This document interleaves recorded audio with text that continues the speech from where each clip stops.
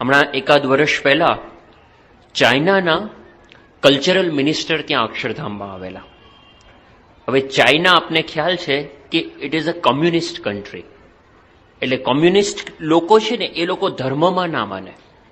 એ લોકોને કોઈ પણ સરકાર તરફથી તો ધર્મનું પ્રોત્સાહનનો પ્રશ્ન જ ઉભો નથી થતો, પણ બીજા કોઈ પોતાની રીતે કરતા હોય ને તો પણ એને બહુ જ બધા વિઘ્નો અડચણ ઊભું થાય. આમ બહુ મુશ્કેલીથી તમે ત્યાં મંદિર કે મસ્જિદ કે ચર્ચ કે કાંઈ પણ ઊભું કરી શકો. એના કલ્ચરલ મિનિસ્ટર ઓફ ચાઇના ત્યાં આપણે અક્ષરધામમાં આવેલા. હવે આમ મુખ્ય ધર્મ વિરોધી દેશના પ્રમુખ, એટલે પ્રમુખ નહીં પણ એના મંત્રી કહી શકાય. એટલે આપણને પ્રશ્ન થયો કે શું કહેવું, એ કેટલું સમજશે, કેટલું ગ્રાસ્પ કરશે. પાછા ઇંગ્લિશ સમજે નહીં, હિન્દીનો તો પ્રશ્ન જ નથી, પણ ઇંગ્લિશ ના સમજે. અને પછી આખી ટૂરની શરૂઆત થઈ. તો શરૂઆત થઈ, હવે એક સિમ્પલ વાક્ય આપણે ઇંગ્લિશમાં બોલીએ કે Akshardham is a place of Indian culture, art and values. બહુ સિમ્પલ એક વાક્ય આપણે કહીએ કે અક્ષરધામ ભારતીય સંસ્કૃતિનું સ્થાન છે. તો એનો ઇન્ટરપ્રેટર, એ મિનિસ્ટરની સાથે એમનો ઇન્ટરપ્રેટર આવેલો.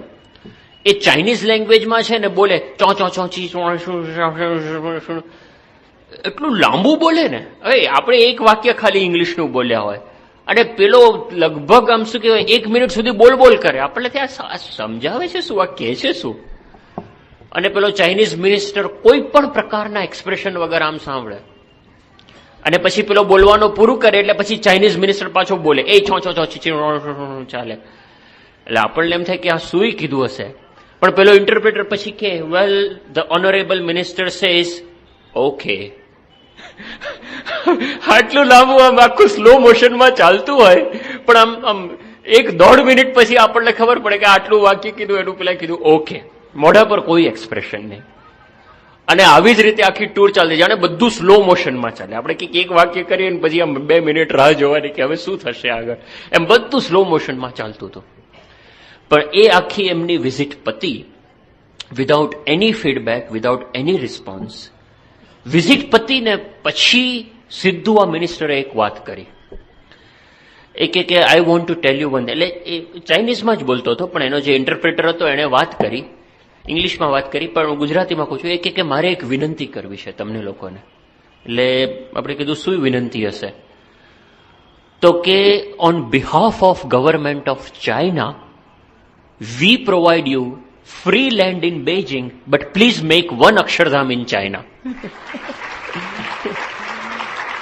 હવે એ કે અમે ગવર્મેન્ટ તરફથી તમને ફ્રી લેન્ડ આપીએ, ફ્રી જમીન આપીએ ગવર્મેન્ટ તરફથી. અને જેટલી તમારે અહીંયા 100 એકરમાં હોય તો ત્યાં 200-300 જેટલા એકર જમીન જોઈતી હોય તમે પણ ચાઇનામાં એક અક્ષરધામ બનાવો. અને આ ગવર્મેન્ટનો માણસ બોલે છે, જે ધર્મ વિરોધી સરકાર છે, કમ્યુનિસ્ટ. આપણને કલ્પનામાં ના આવે. એટલે પછી આપણે વાત કરી કે ભાઈ તમે તો કમ્યુનિસ્ટ છો, તમારે આર યુ શ્યોર કે તમારે અહીંયા આગળ અક્ષરધામની જરૂર છે? અને હકીકતમાં આ વાત આપણને તો એણે કરી હતી, પણ હમણાં લગભગ 8-1 મહિના પહેલા ત્યાં ન્યૂઝપેપરમાં સમાચાર આવેલા કે ત્યાંનું જે ડેલિગેશન આવેલું, ચાઇનીઝ ડેલિગેશન, અને અહીંયા આપણા ઇન્ડિયન ગવર્મેન્ટના ડેલિગેશનને મળ્યા અને કલ્ચરલ એક્સચેન્જ, એટલે કે શું કહેવાય, સાંસ્કૃતિક આદાન પ્રદાન. તો એમાં એ લોકોની ફર્સ્ટ પ્રપોઝલ ચાઇનીઝ ગવર્મેન્ટની એ છે કે ત્યાં તમે અક્ષરધામ બનાવો, દિલ્હી, આપણે ચીનમાં. ગવર્મેન્ટ લેવલ ઉપર. આપણને હજી કંઈ વાત થઈ નથી પણ એવા સમાચાર આવ્યા હતા. તો આ મિનિસ્ટરને આપણે પૂછ્યું કે ભાઈ ચાઇનામાં તમારે અક્ષરધામ, આ તો ધાર્મિક સ્થળ છે. તો કે ધાર્મિક સ્થળ છે એ વાત તો બરાબર, પણ અહીંયા પ્રવેશ કરતા જ અંતરમાં શાંતિ થઈ જાય છે. અને શાંતિની જરૂરિયાત જેટલી ભારતમાં છે ને એટલી જ ચાઇનામાં છે. શાંતિ તો જરૂરી છે જ. એટલે please come there and make one Akshardham. પછી આપણે વાત કરી કે હવે ચાઇના તો તમને ખબર છે ને આમ નકલમાં ઉસ્તાદ. એ તમારે 1 મિનિટમાં આખું અમેરિકાએ, બિલ ગેટ્સે વર્ષોથી સોફ્ટવેર જે ડેવલપ કર્યું હોય, એ બિલ ગેટ્સ જે તારીખે જે સમયે અમેરિકામાં એ સોફ્ટવેર રિલીઝ કરે એની બીજી જ મિનિટે ચાઇનામાં અવેલેબલ હોય. બીજી જ મિનિટે. એ ખબર નહીં પાયરસી ક્યાંથી કરે છે, ક્યાંથી લાવે છે, શું કરે છે, બધું ત્યાં અવેલેબલ હોય. ભારતની બધા તાજમહેલ, પછી આ મોઢેરાની વાવ, પછી જે બધા દક્ષિણ ભારતના ગોપુરમ, એ બધાની 1/4 સાઇઝની એક્ઝેક્ટ પ્રતિકૃતિ જે આપણે આજે ના બનાવી શકીએ એવી ચાઇનામાં શેન્ઝેનમાં છે. એટલે આપણે કીધું કે ભાઈ તમે તો દુનિયાની ગમે તે વસ્તુ બનાવી શકો, તો કે તમે અક્ષરધામ ના બનાવી શકો? એ લોકો ધારે તો અક્ષરધામ ના બનાવી શકે, આટલો મોટો દેશ, આટલો આગળ પડતો દેશ. તો આ મિનિસ્ટર શું કહે છે એ કે મને વિશ્વાસ નથી કે અમે અક્ષરધામ બનાવી શકશું, કારણ કે અમને લાગે છે કે અક્ષરધામ બનાવવા પાછળ કોઈક દિવ્ય હાથ છે. હવે એને પણ એ કે આ સામાન્ય માણસનું કે સામાન્ય પૈસાથી થતું આ કામ નથી. It is a difficult thing. એ કોક દિવ્ય હાથ આની પાછળ કામ કરે છે. ઘણા બધાને, મુકેશ અંબાણીનો પણ આ જ અનુભવ. એને જોયા પછી કીધું કે વી બિલીવ કે Reliance is one of the best project manager in the country, but we don't think કે વી કેન મેક અક્ષરધામ. અમને નથી લાગતું કે અમે બનાવી શકીએ, અને એ પણ 5 વર્ષમાં. તો એ કાર્ય જે રીતે સ્વામી બાપાએ કર્યું, આખું અક્ષરધામ લોકોને બન્યું, એનું તો આશ્ચર્ય છે. વધારે આશ્ચર્ય એ છે કે 5 વર્ષમાં બની ગયું. અને એમાં ડગલે ને પગલે, એક એક પગલે સ્વામીનું પ્રત્યક્ષ માર્ગદર્શન, એમનો પોતાનો રસ, કલાકોની મિટિંગો, એમના સમયસરના યોગ્ય સૂચનો, અને એવા જ અનેક દિવ્ય પ્રસંગો. કારણ કે સ્વામી એ વગર આ શક્ય જ નથી, આ રીતે 5 વર્ષમાં અક્ષરધામ બનવું. એમાં જે આખી આપણે આજે નીલકંઠ યાત્રાની ફિલ્મ થઈ, મિસ્ટિક ઇન્ડિયાની ફિલ્મ, હવે ગજા બહારની વાત હતી આપણા માટે. કારણ કે અત્યાર સુધી માત્ર યુએસએ અને કેનેડા, એ 2 દેશો, એ દેશોએ જ ખાલી આ આઈમેક્સ ફિલ્મ બનાવી છે. અને રિસન્ટલી એક ઇંગ્લેન્ડમાંથી બહાર પડી છે. ફ્રાન્સ, કે જે આર્ટ્સ અને ફિલ્મ્સનું કેપિટલ કહેવાય છે, એ છેલ્લા 15 વર્ષથી એક આઈમેક્સ ફિલ્મ બનાવે છે એનું નામ છે ધ ટ્રેઇન. એ હજી પૂરી થઈ નથી. ઓસ્ટ્રેલિયા, જાપાન દેશો ટ્રાય કરે છે, દેશમાંથી, હજી પૂરી થઈ નથી. ભારતમાંથી પણ આપણે નામ સાંભળ્યું હશે, સુભાષ ગાઈ બહુ મોટા પ્રોડ્યુસર છે. એ જાણીતા એક્ટર અમિતાભ બચ્ચન અને એ બધાને લઈને ફિલ્મ બનાવવાનો તાજમહેલ ઉપર પ્રયત્ન કર્યો. 6-7 મહિના ચાલ્યું, એકાદ વર્ષ કામ ચાલ્યું, 3-4 મિનિટનું શૂટિંગ થયું ને પછી પડતી મૂકી. એટલે જ્યારે સ્વામી બાપાએ આ નિર્ણય આપ્યો કે આપણે આ ફિલ્મ બનાવવી છે, અહીંયા ગોંડલમાં જ નિર્ણય આપ્યો હતો સ્વામીએ 2001 દિવાળીના દિવસે, તો બાપાને વાત કરી કે સ્વામી, આપે આ મીડિયમ સિલેક્ટ કર્યું, કારણ કે જે બધા જુદા જુદા 7-8 ઓપ્શન હતા એમાંથી સ્વામી બાપાએ આઈમેક્સ સિલેક્ટ કર્યું. પણ કીધું કે સ્વામી, આ સારામાં સારું મીડિયમ છે, એટલે કે કોઈ પણ ઓડિયો વિઝ્યુઅલનું આ સર્વશ્રેષ્ઠ મીડિયમ છે. પણ સર્વશ્રેષ્ઠ છે એની સાથે એનું પ્રોડક્શન પણ એટલું અઘરું છે. અને આપણને અને એક વિડીયો બનાવવાનો અનુભવ નથી, એક સાદી વિડીયો બનાવવાનો આપણને અનુભવ નથી, અને ઇન્ટરનેશનલ લેવલે તો વિડીયો એ કે આપણે કરી જ નથી, અને સીધો કૂદકો આપણે આઈમેક્સમાં મારીએ છીએ. એટલે આમ પ્રેક્ટિકલી આપણને અશક્ય જેવું લાગે છે, અને આમાં આપણું સંપૂર્ણ અજ્ઞાન છે. તો સ્વામી છે ને આમ સોફા ઉપર બેઠા હતા, અને નીચે અમે બેઠા હતા, અને બધી વાત ચાલતી હતી. તો સોફા ઉપર જ સ્વામી છે ને એકદમ નમ્યા, અને નમી અને આમ માથે હાથ મૂક્યો. અને સ્વામી કે ના શું થાય, યોગી બાપાનો સંકલ્પ છે, કે મોડી વાત કેમ કરો છો?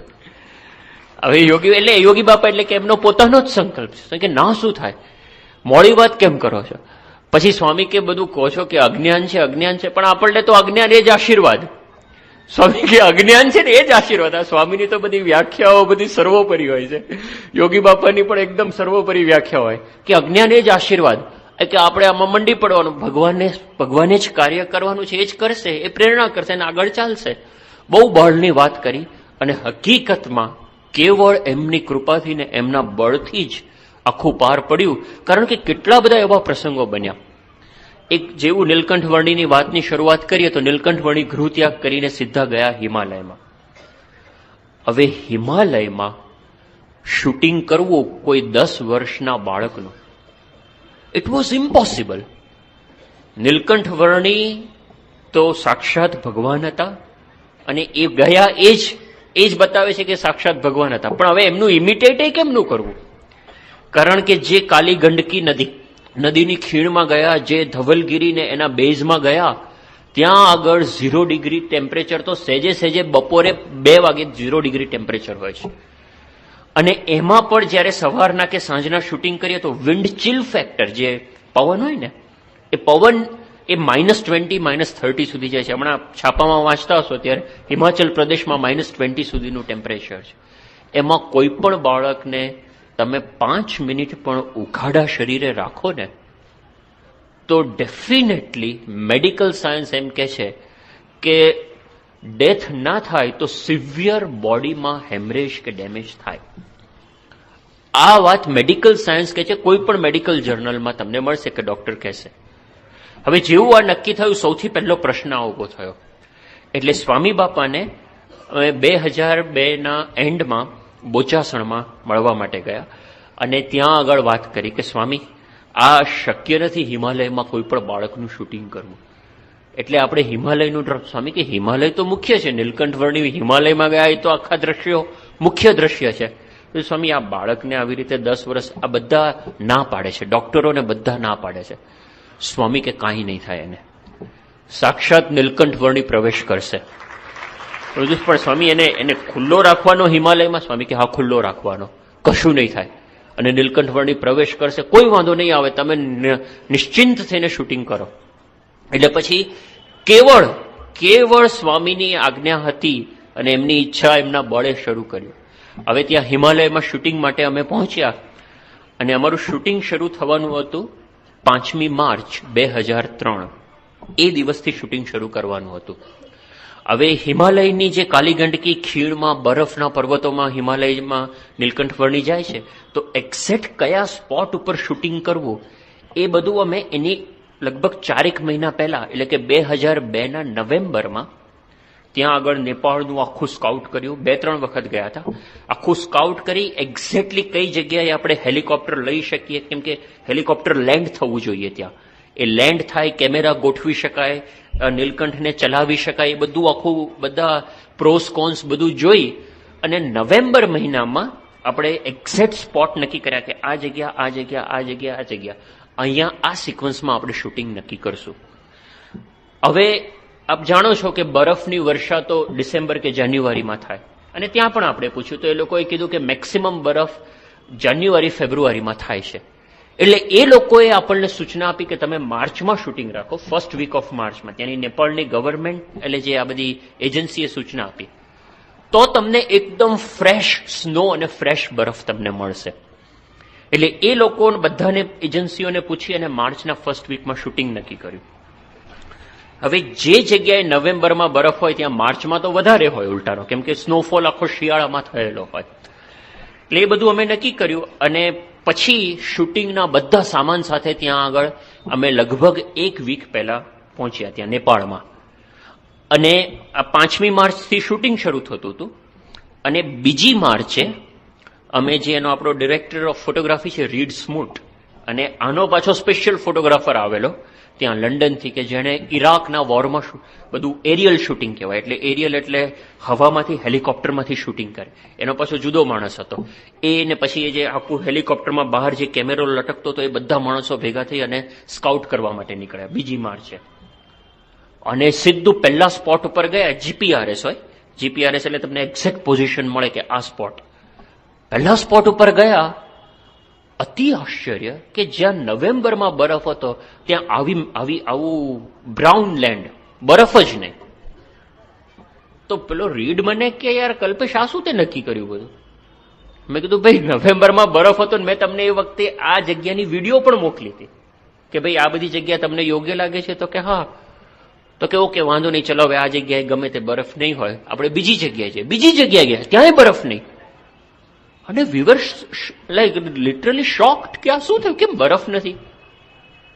પછી ત્યાં આગળ જે લોકલ પાયલોટ અને બધાને તપાસ કરી અને પૂછ્યું તો કે આ ગ્લોબલ વોર્મિંગ જે બધું ચાલે છે, જેમ કે હજી ઠંડી ચાલે છે, ન ચાલવી જોઈએ પણ હજી તીવ્ર ઠંડી ચાલે છે, અને કે આ બધું એન્વાયરમેન્ટનું ચક્કર છે, તો એમાં આ વખતે સ્નોફોલ ડિસેમ્બરમાં થયો, જાન્યુઆરીમાં થયો નથી, અને ફેબ્રુઆરી ગરમ મહિનો હતો, સ્નો ઓગળી ગયો ફેબ્રુઆરીમાં, અને અત્યારે સ્નો નથી. મેં કીધું મારી ખાડે આડા વગર શૂટિંગ કરવું કેમનું? એટલે બધી જગ્યાએ જોઈને અમે પાછા આવ્યા અને પછી રાત્રે સ્વામીને ફોન કર્યો કે સ્વામી, આ તો આવું થયું છે, જે સ્પોટ નક્કી કર્યા છે એક જગ્યાએ બરફ નથી, અને એ નક્કી કરવા એટલે દિવસો લાગી જાય. આ બધા એમને નક્કી નતા થયા. નવેમ્બરમાં 1 મહિનાનું બધી હોમવર્ક કરેલું. હવે તાત્કાલિક ક્યાંથી કરવું? આ તો બધા સાધનો આવી ગયેલા અને સાધનોનું બિલ ચડતું હતું. એટલે પછી સ્વામીને ફોન કર્યો ને બીજું સ્વામીને વિચાર, બીજું સ્વામી આપણે હવે બીજો વિચાર કરીએ છીએ કે એવરેસ્ટ તરફની રેન્જમાં આપણે શૂટિંગ શરૂ, આવતીકાલે એ જગ્યાઓ બધી આપણે જોઈએ અને એવરેસ્ટ તરફ જઈએ. તો સ્વામી કે હા બરાબર છે, તાત્કાલિક તમે બીજા સ્પોટ શોધો. હવે એક તો છે ને આ બધું વાદળછાયું વાતાવરણ હતું, અને વાદળા એ ફોટોગ્રાફી માટે નાઇટમેર કહેવાય. આમ આખું ટોટલ સૂર્ય ઢંકાઈ ના જવો જોઈએ, સૂર્ય દેખાવો જોઈએ, તો જ આ આઈમેક્સની ફોટોગ્રાફી સારી થઈ શકે. અને વાદળછાયું વાતાવરણ, બીજે દિવસે આખું વાદળછાયું વાતાવરણ. એટલે પેલો કે આ વાદળા જવા દો, પછી આપણે જોઈશું. એટલે ફરી સ્વામીને કીધું, સ્વામી આ બધું વાદળ છે, વરસાદ આવ્યા કરે છે, અહીંયા બીજા કોઈ સ્પોટ મળતા નથી, અરે શું કરું? બધા ટેન્શનમાં છે અને બધા કહે છે કે શૂટિંગ કેન્સલ કરો. તો પ્રથમ ગ્રાસે મક્ષિકા, શૂટિંગની શરૂઆત જ આ પહેલો શોટ લેવાનો હતો. એટલે મેં કીધું આ બધું લોચાવાળું છે ને એટલું બધું ટેન્શન હતું ત્યાં. સ્વામી કે ના ના ના, આપણે ચિંતા ના કરો, આપણે ચડતા સૂરજે શૂટિંગ શરૂ કરવું છે 5મીએ. સૂરજ ચડતા સૂરજ 7 દિવસથી સૂરજ જ નથી નીકળ્યો. અહીંયા કઈ નીકળવો જોઈએ ને, અહીંયા વાદળ ને વરસાદ ચાલે છે. સ્વામી કે એમ નહીં, હજી કાલે તમે બીજી જગ્યાઓ જુઓ, એવરેસ્ટ તરફ જુઓ, આ તરફ જુઓ. 4મી માર્ચે અમે સવારના લગભગ 6:30 વાગ્યાથી ત્યાં એરપોર્ટ ઉપર બેઠેલા, હેલિકોપ્ટર ભાડે કરેલું કે આપણે બીજી જગ્યાએ જોઈએ કે કાલે ક્યાં શૂટિંગ માટે જઈશું. લગભગ સાંજના 4 સુધી અમે એરપોર્ટ ઉપર બેઠા, 10 કલાક સુધી સતત વરસાદ અને ધુમ્મસ વાળું વાતાવરણ. અને પેલો પાયલટ કે આમાં હેલિકોપ્ટર હું આટલું પણ ઊંચું ના લઉં, કેમ કે તો જેવું સીધું ઊંચું લે સીધી હિમાલયન રેન્જ આવે, હેલિકોપ્ટર રેન્જ હિમાલય પર્વત સાથે ભટકાય. એટલે પછી 4મીએ સાંજે આ લોકો જે બધા ધોળિયાઓ ત્યાંથી આવેલા એ મને કે ડોન્ટ બી ઇરેશનલ, તું ઇરેશનલ એટલે કે થોડુંક બુદ્ધિથી વાત કર, આવી બધી અંધશ્રદ્ધાની વાત ના કરે કે અમને સ્વામીએ કીધું છે ને આમ કીધું છે ને તેમ કીધું છે. પેકઅપ, આ 7 દિવસથી વરસાદને આ ચાલે છે ને હજી આગાહી છે કે આ જ ચાલવાનું છે, બધું પેકઅપ કરીએ, તમે ખોટા પૈસા ભરો છો, અને પેકઅપ કરીને આપણે પાછા ઇન્ડિયા જતા રહીએ અને પછી બધું જોઈશું. હવે એ ફાઇનાન્શિયલી પણ મેજર નુકસાન આવે, કેમ કે એનું જે કેમેરાનું નોઝ ને બધું આગળ લટકવાનું હતું એ બધું આવી ગયેલું. એના સ્પેશિયલ માણસો અમેરિકાથી આવેલા.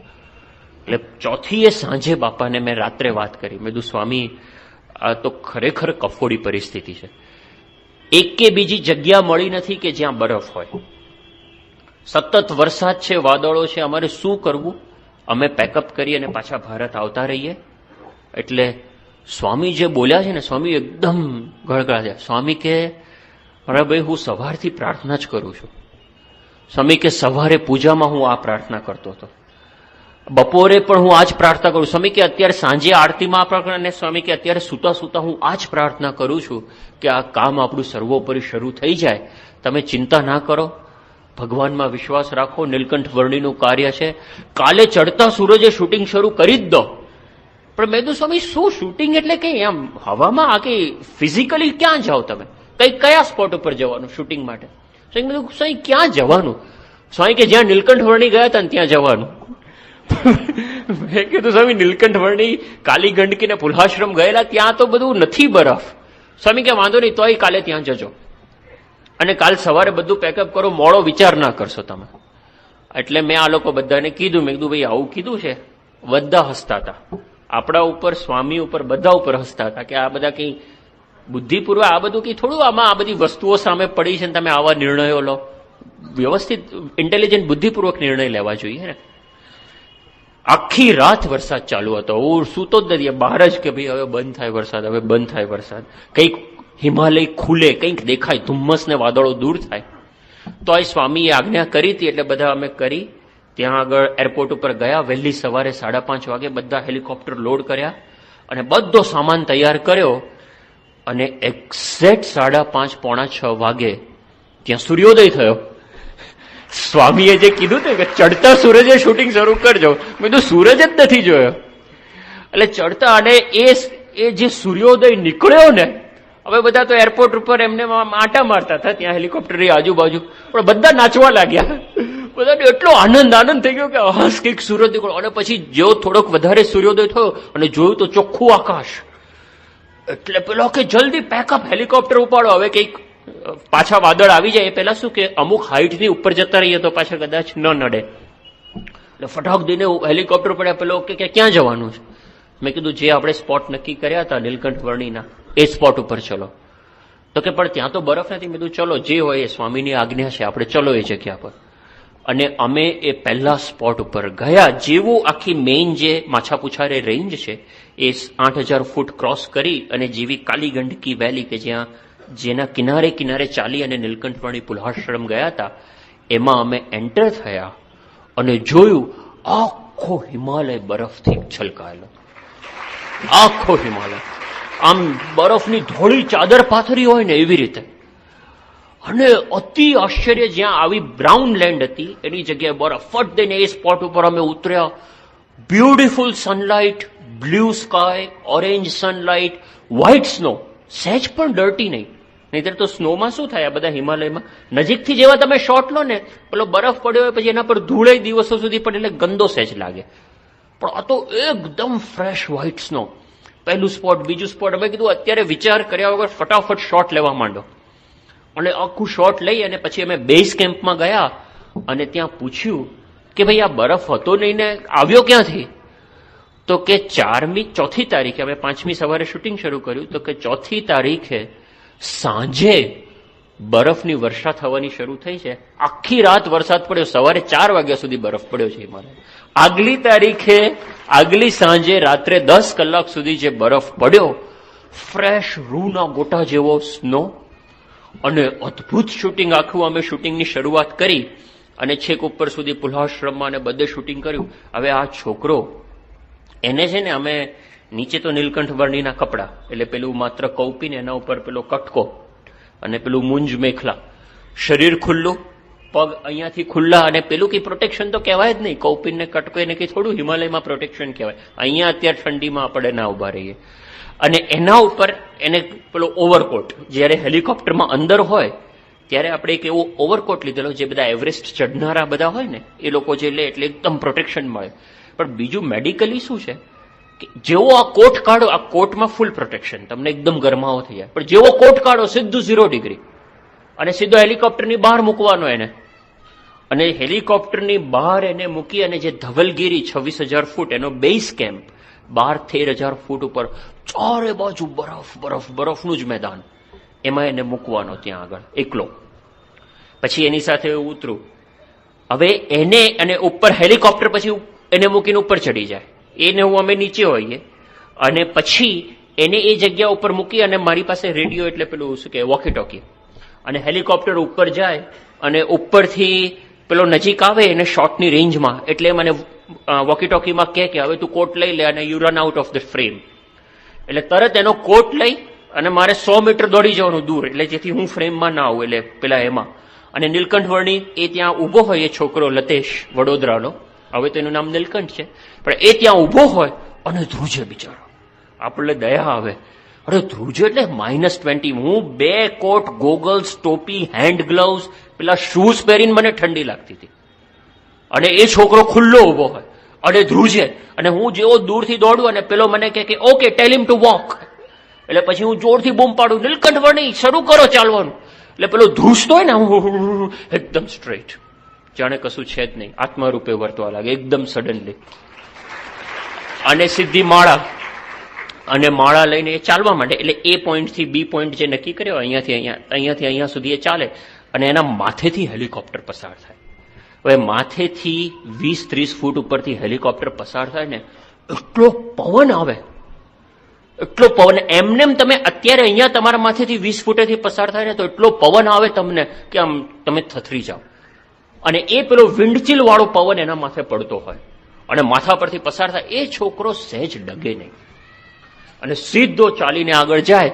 અને પાછું શું, આ તો શું, આમાં તો કેમેરામાં એક શોટમાં આવે નહીં, એટલે હેલિકોપ્ટર આગળ જાય. પછી પેલો મને કે get him back to position 1. એટલે હું પછી બૂમ પાડું કે કમ ઓન બેક ટુ 1. એટલે પાછો બિચારો દોડતો દોડતો પાછો પોઝિશન 1 ઉપર આવે. એટલી વારમાં હેલિકોપ્ટર ત્યાં આખું લાંબુ ચક્કર લઈને પાછું આવી ગયું હોય અને ફરીથી પેલો ઉભો રહે એટલે ધ્રુજે પાછો, come on Neelkanth ready go. એટલે પાછો ચાલવાનો, સ્થિર થઈને ચાલવા માંડે. આવું એક શોટમાં સતત 17 વખત થયું, 17 વખત, અને 45 મિનિટ સુધી એ નહીતર તો શું થાય કે 2 શોટ વચ્ચે ટાઈમ હોય તો હું દોડીને એને પેલું જેકેટ કંઈક પહેરાવું, ટાઈમ જ નહોતો. કેમ કે આ બધું એટલું બધું હતું ને કે વાદળો આવશે ને આ આવશે ને સૂર્યલાઇટ અત્યારે મળે છે ને કે લઈ લો શોટ આપણે. 45 મિનિટ સુધી એ છોકરો ઉઘાડા શરીરે રહ્યો છે. જસ્ટ મેડિકલી તમે ચેક કરો વોટ ઇઝ ધ સિચ્યુએશન. અને આવું તો સતત 4 દિવસ સુધી શૂટિંગ ચાલ્યું. પણ સ્વામીએ જે બોચાસણમાં આશીર્વાદ આપ્યા હતા કે સાક્ષાત નીલકંઠ વર્ણી પ્રવેશ કરશે અને કાંઈ નહીં થાય, અમે એની સાથે નીલકંઠ વર્ણીની સાથે, એ નીલકંઠ એ જે હતો બાળક એની સાથે અમે 13 જણા હતા બીજા ક્રૂ, એટલે જે બધું કામ કરનાર ફોટોગ્રાફર ને આ ને એનું આ બધું વ્યવસ્થા માટે, ડોક્ટર પણ સાથે હતા, ઓક્સિજનના બાટલા બધું સાથે હતું. અમે 13 જણા હતા જે હંમેશા ફુલ્લી ક્લોથડ, જેકેટ બેકેટ શૂઝ બૂઝ ગોગલ્સ પણ કોઈ કાઢે નહીં, એવી રીતે હતા. આ 4 દિવસના શૂટિંગને અંતે અમે 13 જણા માંદા પડી ગયા, એને કાંઈ ના થયું. એ છોકરો એમને એમ રમે. અમે ફૂલ પ્રોટેક્શન સાથે ગયેલા, અમારે માથું દુખે ને હાથ દુખે ને પેલો આઈને કીધ મને કે મને તું દવા આપ એલ્ટિટ્યુડ સિકનેસની, એટલે રોજ અમારી બધાની સાંજે દવા થાય. અને એ આઈને કે ચલો ને આપણે ક્રિકેટ રમીએ, એને કાંઈ ના હોય. પણ જો આ કેવળ ભગવાનનો પ્રવેશ, કેવળ સ્વામીની કૃપા, એના વગર આ શક્ય જ નથી મેડિકલી. અને anybody who wants to check with clothes, આજે જઈ આવો તમે પુલ્હાશ્રમ, તમને ખબર પડશે કે આ ઠંડી શું છે ત્યાંની. અને બપોર 2 વાગે, અમે તો સવારે 8 વાગે શોટ લેતા હતા, પણ બપોરે 2 વાગે ત્યાં ફૂલ ક્લોથ સાથે જઈ આવો, ખબર પડે કે આ ઠંડી શું છે. પણ એ સ્વામીની કૃપાથી શક્ય બન્યું, એ વગર આ શક્ય નથી. આવા તો બીજા ઘણા પ્રસંગો છે, આવા તો બીજા, કેમ કે તમને ચોખ્ખું સ્પષ્ટ દેખાય કે સ્વામીનું જ કર્તૃત્વ છે, એ સિવાય શક્ય નથી. બીજું એક આખો પ્રસંગ એવી રીતે બન્યો હતો કે સિંહ સાથે શૂટિંગ કરવાનું હતું. હવે સિંહનું શૂટિંગ કરવું ભલભલાના હાજા ગગડી જાય. અને આ સિંહ પાછો બરાબર, આમાં પાછું કેવું છે કે જો સિંહને તમે ટ્રેન ના કરી શકો, આ લોકો જે એનિમલ વાળા જે કે છે ને, એ લોકો કે જે ડોગ ફેમિલી હોય, ડોગ એટલે કૂતરા, એનું જે ફેમિલી, બાયોલોજીકલ જે ફેમિલી કહેવાય, એ એનિમલ્સને તમે ટ્રેન કરી શકો. કેટ ફેમિલીના કોઈ એનિમલને તમે ટ્રેન ના કરી શકો. કેટ ફેમિલી એટલે આ સિંહ છે, એ કેટ ફેમિલીમાં આવે, એને તમે ટ્રેન ના કરી શકો. બહુ તો તમે એને કંઈક આમ કરીને આમ તેમ તમે એવી આશા રાખી શકો કે આવી રીતે જાય, કે આવી રીતે કરે, અને 15 વખત કરો તો એમાંથી એક વાર લાગ્યું તો લાગ્યું, એવી રીતે. પણ તમે 100% ટ્રેન ના કરી શકો. હવે ભારતમાં તો એવો કોઈ કોન્સેપ્ટ જ નથી. હવે સ્વામી, જો આ પણ બધું સ્વામીને પૂછ્યું, સ્વામી આ બધું સિંહ બી બધું રહેવા દઈએ, આ બધું તંત્ર બહુ જોખમી, જયારે ક્યાં આવો સિંહ લાવો થોડુંક પણ, અરે બધું. સ્વામી કે ના, તપાસ કરો થશે, ભગવાન ભળશે. સ્વામીનું એક જ સૂત્ર, યોગી બાપાનો સંકલ્પ છે, ભગવાન ભળશે. એટલે પછી તપાસ કરી તો બધે બેંકોક ને અહીંયા ને ત્યાં બધે તપાસ કરતા છેલ્લે આપણને અમેરિકામાં એક સિંહ મળ્યો કે જે થોડોક ટ્રેન થયેલો હતો. એને તમે કહો કે ભાઈ યુ વોક, અને તમે એ પેલો માંસનો ટુકડો એ તરફ નાખે તો કદાચ ચાલે એ તરફ. તો એ આખો પઠ્ઠા જેવો સિંહ, આખો લાંબો પઠ્ઠા જેવો સિંહ. એની આ લોકો જે હાઈટ માપે છે, પૂંછડીના એન્ડ સુધી માપે. આમ આપણને લાગે નહીં આમ સીધો, પણ એની કર્વ થયેલી પૂંછડીના એન્ડ થી છીક સુધીની હાઈટ 9 ફૂટ, એટલે આમ લગભગ 5.5-6 ફૂટ સુધી હશે ને પછી પેલી 3-1 ફૂટની પૂંછડી હોય એવી રીતનો, અને એકદમ પઠ્ઠા જેવો કદાવર સિંહ. હવે એ સિંહને અમેરિકાથી ભારત લાવવાનો શૂટિંગ માટે. હવે એ આખી અહીંયા સ્કોપ નથી, પણ એની સ્ટોરી છે આખી, કે કેવી રીતે 6 મહિના તો એની પરમિશન લેતા લાગ્યા, અમેરિકન ગવર્મેન્ટની પરમિશન. કેમ કે એ લોકો પરમિશન આપે કે અમારા સિંહને કંઈક થઈ જાય ભારતમાં. એટલે કે એને બધી કન્ડિશન કે ભાઈ અમારો સિંહ આવશે ને ઇન્ડિયામાં, ખાલી મિનરલ વોટર જ પીશે, તમારું પાણી નહીં પીવે. અમારો સિંહ આટલા ટેમ્પરેચરમાં જ રહેશે, એર કન્ડિશનમાં રાખેલો. આપણે અહીંયા આવેલો ને, હવે ખુલ્લામાં રહેતા હતા, પણ એને એર કન્ડિશનમાં રહેવાનું. એ બધી આખી કન્ડિશન્સ, અને તોય માંડ આપણને પરમિશન મળી. પાછો પરમિશન એ લોકોના રૂલ્સ અને રેગ્યુલેશન્સ, કે સિંહ છે એ આટલી છે તો એને જે પાંજરામાં તમે ત્યાંથી અહીંયા લાવો એ પાંજરું 12 ફૂટ બાય 12 ફૂટ, કે મને એક્ઝેક્ટ સાઇઝ યાદ નથી, પણ એટલું હોવું જોઈએ. એટલે શું, સિંહ અંદર પાંજરામાં સહેજ ફરી શકે, આમ એકદમ કોમ્પેક્ટ ના થઈ જાય.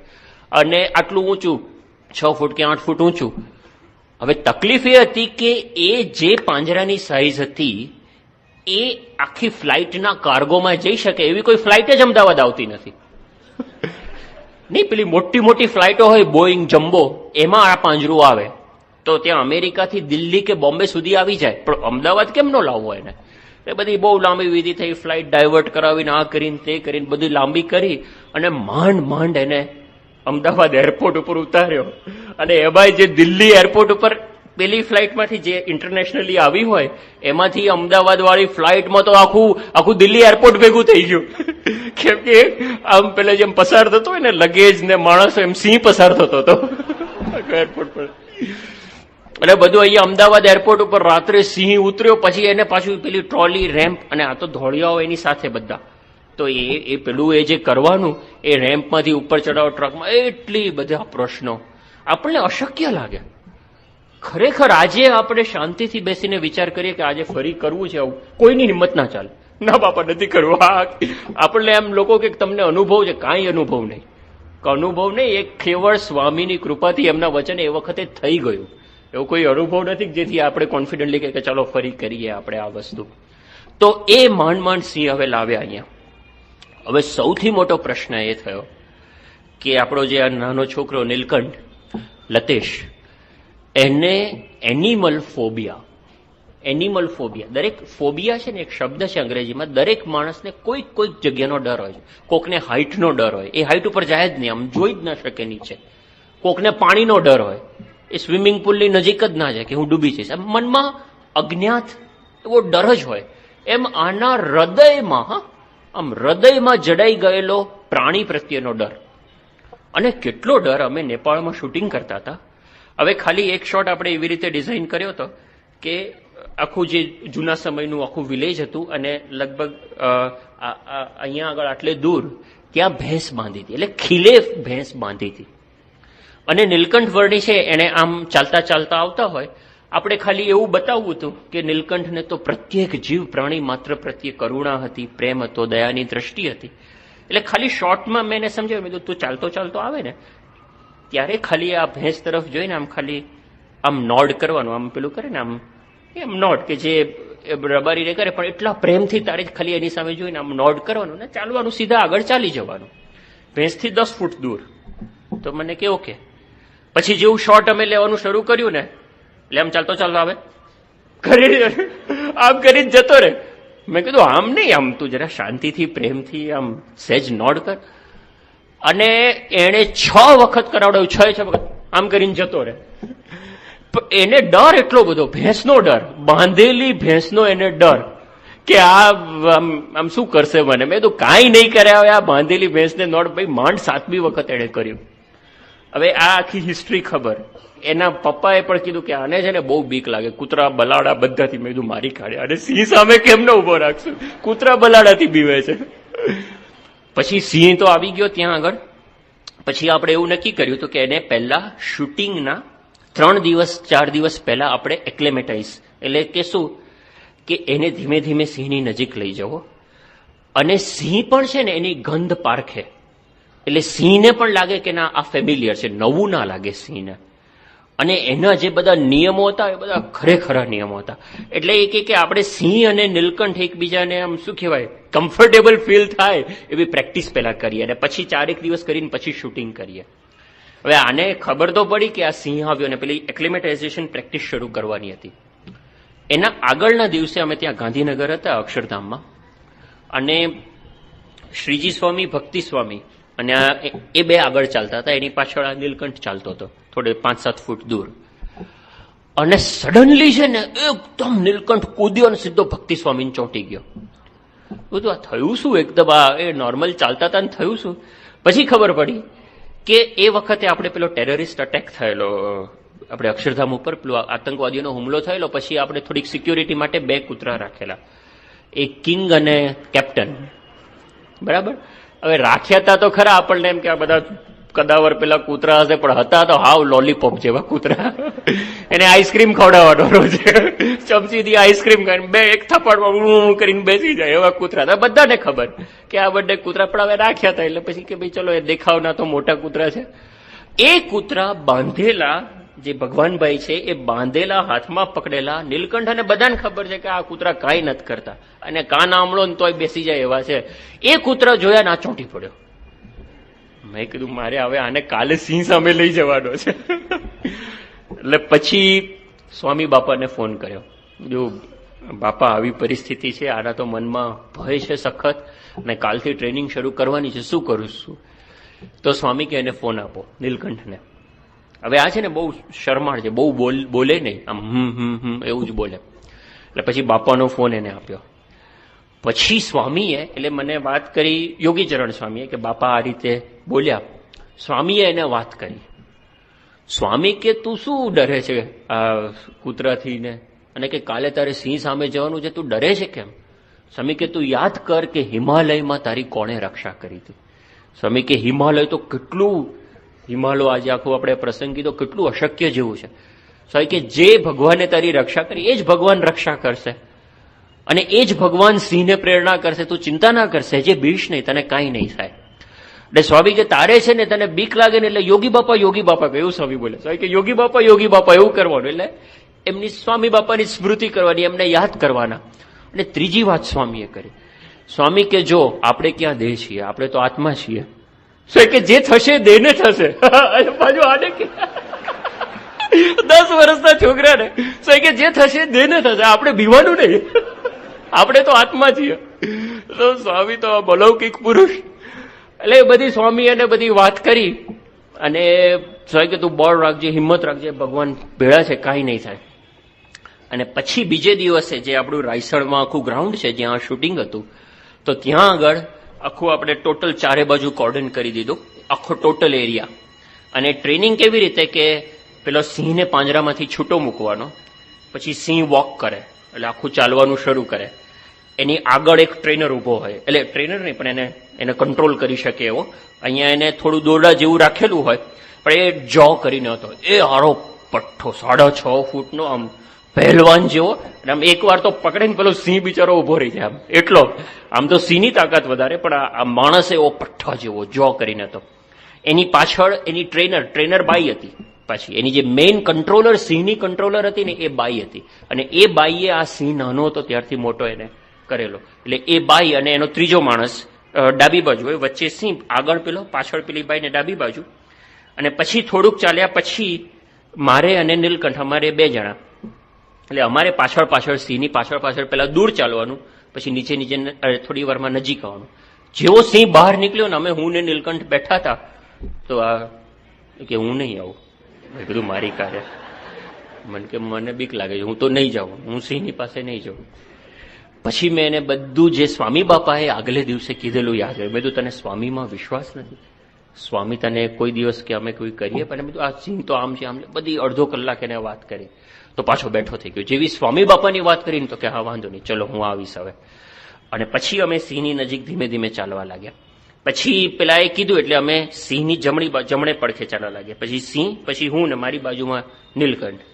પછી ચાલતા ચાલે, સિંહને જે ડિરેક્શનમાં જવું એ ડિરેક્શનમાં ચાલે, આમ લટાર મારવાની, વોકિંગ, સિંહનો વોકિંગ ને અમે બધા ફોલો કરીએ એવું. પછી પેલા મને કે હવે તું છે ને સિંહને સહેજ પંપાડ. એટલે શું, આ નીલકંઠને વિશ્વાસ આવે કે આપણે એવું કરી શકાય. એના માણસો કરે તો કે તો લોકો કરે છે એમ. એટલે પછી મેં સિંહને થોડો પંપાડ્યો, આ છે બીજું, જો કઈ કરે છે, કશું નથી કરતો આમ તેમ. એટલે એવું બધું થયું. અને પછી ધીમે ધીમે એને લેફ્ટ સાઈડમાં લાવ્યો. તો પેલા તો આવે નહીં, પણ ચાલ આવી જા, હવે વારંવાર નહીં કહેવાનું, તમે બાપાને યાદ કરીને યોગી બાપા આપણે સ્વામી બાપા સ્વામિનારાયણ આવી જા, ચાલ કશું નહીં થાય. પછી એને ઉભો રાખ્યો, એ ચાલ્યો. પછી એને ધીમે રહીને પેલો ટ્રેનર કે એટલું જ, ટ્રેનર કે હવે અત્યારે હાથ મૂકો. એને ખબર પડે ક્યારે હાથ મૂકવો અને ક્યારે ના મૂકવો. એટલે એ હાથ મૂકે, એટલે એ વખતે પંપાળે. પછી તો મજા પડી કે આ તો સી ખરેખર નથી કરતો. પછી આમ હાથ પકડી પાછળ પૂંછડી ઉપર લઈ જાય ને આમળે. મેં કીધું રહેવા દે તું, એ કે ને એટલું જ કરવાનું. એક ફૂટ હાથ ફેરવ તો 1 ફૂટ ને 1 ઇંચ નહીં લઈ જવાનો. આપણે એટલું તો આ પૂંછડી આંબળવાનું રહેવા. પછી મજા પડી કે અરે આ તો કઈ વાંધો નહીં, આમ એના હૃદયમાંથી ભય નીકળી ગયો. આવી રીતે 2-3 દિવસ બધી ટ્રેનિંગ ચાલી અને પછી એકચ્યુઅલ શૂટિંગ શરૂ થયું અને રાતનું શૂટિંગ હતું. હવે એને જે બેસાડવાનો હતો એ ઓટલા ઉપર, પેલું જે ઝાડ છે એની નીચે, આપણે કદાચ ફિલ્મ જોયો તો ઓટલા ઉપર ઝાડની નીચે બેસે છે. એટલે હવે જેવું બેસાડવાનું શરૂ કર્યું એટલે પેલો જોન એની પેલી જે ટ્રેનર આવી કે જસ્ટ ટેલ અસ કે કેવી પોઝિશન છે, ક્યાં ઉભો રહેવાનો છે, એ કેવા કપડાં પહેરશે. મેં કીધું કપડાં નહીં, ખાલી આ લંગોટ. તો કે ઇમ્પોસિબલ, શક્ય જ નથી, તમારે કપડાં તો પહેરાવવા જ પડે, અને અમે કહીએ એ રંગના કપડાં પહેરાવવાના. મેં કીધું કપડાં ક્યાંથી પહેરે, નીલકંઠ વર્ણી કે થોડા, એ કે જે હોય એ શાલ ઓઢાડો. તો આખું પર્પઝ એનો મરી જાય ને. એક તમે એને ખુલ્લી બોડીમાં રાખશો તો જેવો સિંહ એની સામે ચાલશે તો તરત એને લાગશે આ તો મૃગલું છે. ખુલ્લી બેર સ્કિન, બેર બોડી, એને સ્મેલ આવે. એટલે કે તમારે કપડાં તો પહેરાવવા જ પડે ને. આપણે એને ટ્રેનિંગ કપડાં સાથે આપી છે. કીધું મારી કાઢે, હવે આ શું કરશું?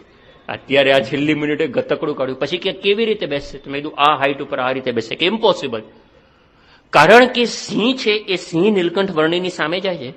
સિંહની આંખના લેવલ ઉપર કોઈએ આંખ નહીં રાખવાની.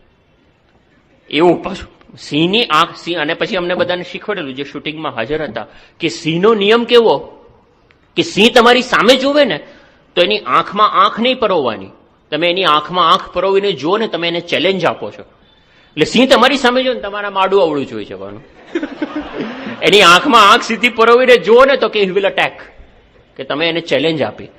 એટલે કે સિંહની આંખના લેવલ ઉપર કોઈની આંખ ના હોવી જોઈએ. હવે આપણે બેસાડેલો એક્ઝેક્ટલી એની આંખના લેવલ ઉપર આવતું હતું. કપડા વગર બેસાડવાનો. હવે બધું આ બધું તો યાર હવે કેવી રીતે કરવું? એક જ ઉપાય, સ્વામી બાપા, બીજો કોઈ આરો ઓવારો નથી. આપણે મોહે તો તુમ એક હી આધારા એવું છે. એટલે બહુ ફોન કર્યો. સ્વામી કે વાંધો નહીં, ભગવાનને યાદ કરીને જવા દો, કરો, કાંઈ નહીં થાય. બધું પણ સ્વામી આ લોકો ના, આ તો બધા અમેરિકનો માને નહીં, એટલે લો એટલે લો. તો કે ના, તમે એમ કહેજો કે અમારા ગુરુજીએ કીધું છે. બાપા બોલે નહીં પણ સ્વામી કે કીધું છે. એટલે પછી તો મેં એને થોડો સ્વામીનો મહિમા કીધો, હિમાલયના પ્રસંગ કીધું, તું જવા દે, કાંઈ નહીં થાય, અમારી જવાબદારી, અમે લેખિત આપી દઈએ. તો પેલો કે ઓકે ફાઇન, તમારી જવાબદારી. અને શૂટિંગ શરૂ કર્યું. અને આ છોકરો શૂટિંગ શરૂ થયું પહેલા જેટલા આપણે બધા શોટ લેવાના હતા, બધા 2 દિવસ 2 રાત બધા શોટ આવ્યા. અને ત્રીજી રાતે આપણે શોટ લેતા હતા.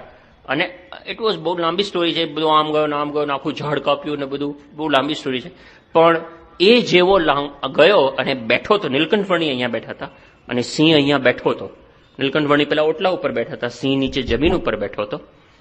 અને સડનલી એને શું થયું? સીધો એટેક કર્યો એને, સિંહે. આ ફપ દઈને એકદમ ફર્યો અને સીધો અટેક. હવે આપણે કેવું ગોઠવેલું, નીલકંઠ વર્ણીની પાછળ ઝાડ હતું અને ઝાડની પાછળ જ એકદમ અડીને પેલો જો, મેં કીધું ને 6.5 ફૂટનો કદાવર, એકદમ. એ આમ તમને સ્ક્રીનમાં ફોટામાં દેખાય નહીં, તમે કેમેરામાં ના દેખાય, પણ એ ઉભો હતો એકદમ. અને એની આંખ છે ને કન્ટિન્યુઅસ સિંહ પર જ હોય, હલે નહીં કે આ સિંહ શું કરે છે. પણ જેવું એને આમ સિંહ ખાલી આટલો હલ્યો ને એને ખબર પડી ગઈ કે આ અટેક કરે છે. એટલે હજી આમ સિંહ આમ અટેક કરીને આમ આવે એવો પેલો જો એના ઉપર કૂદ્યો, સિંહ ઉપર. અને કૂદી અને એની બોચી પકડી. બોચી પકડી સ્ટોપ સ્ટોપ આમ કરીને એને ત્યાં બેસાડી દીધો. અને આજે નીલકંઠ વર્ણી એને તો આમ પેલું આમ એક ડાબા જ હાથે, આમ ડાબા હાથે અહીંયા કોણીમાંથી ઉપડીને આમ કરી લીધો. અને આ બાજુ સિંહ. અને પછી સ્ટોપ સ્ટોપ સ્ટોપ એમ કરીને ટ્રુમન હતું નામ, ટ્રુમન નો નો નો એમ કરીને પછી એને પાછું બીજી બાજુ પેલા માઉસના ટુકડા નાખે ને ત્યાં મોકલી દીધો અને લઈ ગયો. પછી કે હવે હું શૂટિંગ ના કરવા દઉં તમને, કે નાઉ ઇટ્સ ગોન. હવે પ્રમુખ સ્વામી કે તોય હું શૂટિંગ ના કરવા દઉં, કેમ કે હવે સિંહે મનમાં રજીસ્ટર કરી લીધું છે કે આ છોકરો મારો શિકાર છે, ધીસ ઇઝ માય પ્રે. આ એટેક કર્યો ને નાઉ ઇટ વોન્ટ્સ. તમે એને નજીક લાવશો ને ઇટ વિલ અટેક. જોકે આપણા 90% શોટ તો બધા પતી જ ગયેલા એ વખતે, 90-95% શોટ પતી ગયા. 1-2 શોટ આપણા બાકી રહેલા. સ્વામીને કીધું, સ્વામી કે આ બસ હવે નહીં. સ્વામીએ ના પાડી. સ્વામી કે હવે ના કરશો, હવે આપણું જેટલું કામ કરવું હતું ને એટલું કામ પતી ગયું, કે હવે સિંહ છૂટો. પછી આપણે સિંહને પાછો મોકલી દીધો. હવે આ થયું ને, હવે પેલા નીલકંઠને એવું લાગ્યું કે પછી મેં કીધું ના હવે આપણે શોટ નથી લેવો. નીલકંઠને તો ખબર ના હોય, તો વાઇનમાં બેઠો હોય. એ કે ના હું તૈયાર છું કે શોટ લેવા. હવે સિંહ અટેક કરે છે અને દેખાય છે આખો ટેન્શનનો પ્રસંગ, કે હું તૈયાર છું, મને કોઈ પ્રશ્ન નથી. મેં કીધું ના એવું નહીં, આપણે હવે નથી લેવા. એ કે ના લો ને, મને કોઈ પ્રશ્ન નથી, મને કંઈ નહીં થાય. અને પછી તો ના લીધો આપણે શોટ, બધું પતી ગયું, સિંહ ગયો. પણ હવે પાછો કહું, આ જે નીલકંઠ, જે નિર્ભયતા એનામાં પ્રગટી એ વખતે, અને કે હું તૈયાર છું એટેક પછી પણ. એ બધું શૂટિંગ પત્યું, બીજું બધું શૂટિંગ પત્યું ને અમે પાછા હરદ્વાર હતા. અને હરદ્વારમાં અમે જતા હતા, ક્વોલિસ ગાડી હતી, એમાં પાછળ પેલી જે વચ્ચેની સીટ હોય ને એમાં હું ડાબી બાજુ બેઠો હતો ને એ જમણી બાજુ બેઠો હતો બારી પાસે. અને આમ પેલા કંઈક 4 રસ્તા આગળ ટ્રાફિક આગળ અમારી ગાડી ઊભી રહી. એટલે પછી હું બેઠો હતો ને સડનલી નીલકંઠ છે ને આમ સરકી અને મારી બાજુમાં આવીને બેસી ગયો. એટલે મેં કીધું કોઈ નતું, આખી સીટમાં અમે 2 જ હતા. એટલે આમ મારી બાજુમાં આવીને બેસી ગયો. મેં કીધું કેમ શું થયું? તો કે કાંઈ નહીં, તો મેં વચ્ચે બેસ્યું. મેં કીધું ઓકે. પણ આમ સડનલી એને છે ને બારી બહાર જોવાનો બહુ શોખ, સતત બારી બહાર જોયા કરે, નાના છોકરા એટલે એ જોવે. તો મેં કીધું શું થયું આને? પછી મેં આમ સહેજ આમ ઊંચા થઈને એની બારીની બહાર જોયું ને, એની બારીની બહાર 2 કૂતરા હતા. હવે તો ગાડીમાં બેઠા છે કોલેજમાં, ક્યાં કૂતરા કોલેજમાં બારીમાંથી જમ્પ કરવાના હતા? એટલે ભય તો એનો એ જ હતો. પછી તો થ્રુ આઉટ એ હજી કદાચ ડરતો હશે, ભગવાનની ઈચ્છા જે હશે. પણ એ તમને સ્પષ્ટ દેખાય કે કેવળ સ્વામીએ એના જીવમાંથી એટલા સમય પૂરતો આ ભય કાઢી નાખ્યો. સ્વામી જીવ પ્રાણી માત્રના નિયંતા છે. એમની શક્તિથી આ કામ ચાલે છે, એમની શક્તિથી આ બધું ચાલે છે. શાસ્ત્રી મહારાજનો પેલો પ્રસંગ છે ને, પેલું લાકડું ચાલવા લાગ્યું, પછી શાસ્ત્રી મહારાજ બોલ્યા કે અમારી શક્તિથી અનંત કોટી બ્રહ્માંડ એ ચેતન થાય છે. આ એ પુરુષ આપણને મળ્યા છે. આજે પ્રમુખ સ્વામી મહારાજ આપણને મળ્યા છે. સામાન્ય મનુષ્ય જેવા લાગે છે, મનુષ્ય નથી. આવા પ્રસંગ કંઈક વારે વારે ના બને. અને ડોક્ટર સ્વામી ઘણી વાર કહે છે પેલો રનર હોય એ કે આખો દાડો દોડ કરે, નોર્મલ જ હોય, પણ એ ઓલિમ્પિક્સમાં બતાડી દે કે કેટલા પાણીમાં છે. એમ સ્વામી બાપા પણ આવા પ્રસંગો, અનેક પ્રસંગો છે, સ્પષ્ટ પ્રસંગો છે. પ્રૂફ આમાં કોઈ વાત કે નથી, આ હકીકત, આ બધું વિડીયો ઉપર રેકોર્ડ થયેલું છે. આ બધા અનેક પ્રસંગોથી ખ્યાલ આવે કે જે પુરુષ મળ્યા છે એ અતિ અતિ અતિ સાક્ષાત ભગવાનને ધારણ કરેલા પુરુષ આપણને મળ્યા છે. એ આપણી વચ્ચે રહે છે, આપણી સંભાળ લે છે. તો આપણે અતિ ભાગ્યશાળી છીએ. હવે ખાલી એક જ કે એમનામાં જેટલું બને એટલું મેક્સિમમ 100% એમનામાં જોડાઈ જઈએ. એમની સ્મૃતિ, એમનું મનન, એનું ચિંતન, એમના ગુણોની સ્મૃતિ, અને એમનામાં જ સમ્યકપણે આપણે જોડાઈ જઈએ અને એમને જ આપણો આત્મા માની અને આખું કરીએ. એક નાનો પ્રસંગ કીધું, દિલ્હીમાં જ હતા 1994માં, વઢવાણાના ઘરે સ્વામી બાપા હતા અને આ બધી અક્ષરધામની બધી વાતો નીકળેલી, ગાંધીનગર અક્ષરધામની, કે બહુ અદભુત થયું નામ ને લોકોને બહુ પ્રભાવ પડ્યો ને એ બધી વાત ચાલતી હતી. પછી સડનલી સ્વામી કે વચનામૃત વાંચો, અને પછી પ્રથમનું 16મું વચનામૃત વાંચવાની શરૂઆત થઈ. એમાં પેલી વાત આવી કે સંત કહે કે તું ઇન્દ્રિય નથી, અંતઃકરણ, એ જે આખી વાત છે એ આવી. અને એકદમ વાત ચાલતી હતી બધી અક્ષરધામની અને મહિમાની ને લોકોમાં ડંકો વાગી ગયો ને એ બધી. અને એમાંથી સીધો યુટર્ન સ્વામીએ લીધો અને સ્વામી કે આપણે બધાએ આ કરવાનું છે, રોજ 1 કલાક બધાએ અંતરદ્રષ્ટિ કરવી. તો સોંપો પડી ગયો. 1 કલાક અંતરદ્રષ્ટિ કરવી. સ્વામી કે 1 કલાક આત્મવિચાર કરવો કે સત્પુરુષ મારા આત્મા છે, એ આપણે કરવાનું છે. પછી આમ સ્વામી જો ને બધું સોંપો બધા ચૂપ થઈ ગયા. સ્વામી કે વાંધો નહીં, અડધો કલાક તો કરજો. સ્વામી એકદમ ડિસ્કાઉન્ટ. પણ હકીકતમાં કરવાનું આ છે. એવા પુરુષ મળ્યા છે અને આ કરવાનું છે. તો આજે આપણે એમને પ્રાર્થના કરીએ કે આવા સાક્ષાત ભગવાનના ધારક પુરુષ આપણને મળ્યા છે તો એમનામાં સંપૂર્ણપણે જોડાઈ, એમના જેવા અક્ષરરૂપ થઈ અને આપણે ભગવાનની ભક્તિ કરી શકીએ, એ જ પ્રાર્થના. શ્રી સ્વામિનારાયણ ભગવાન.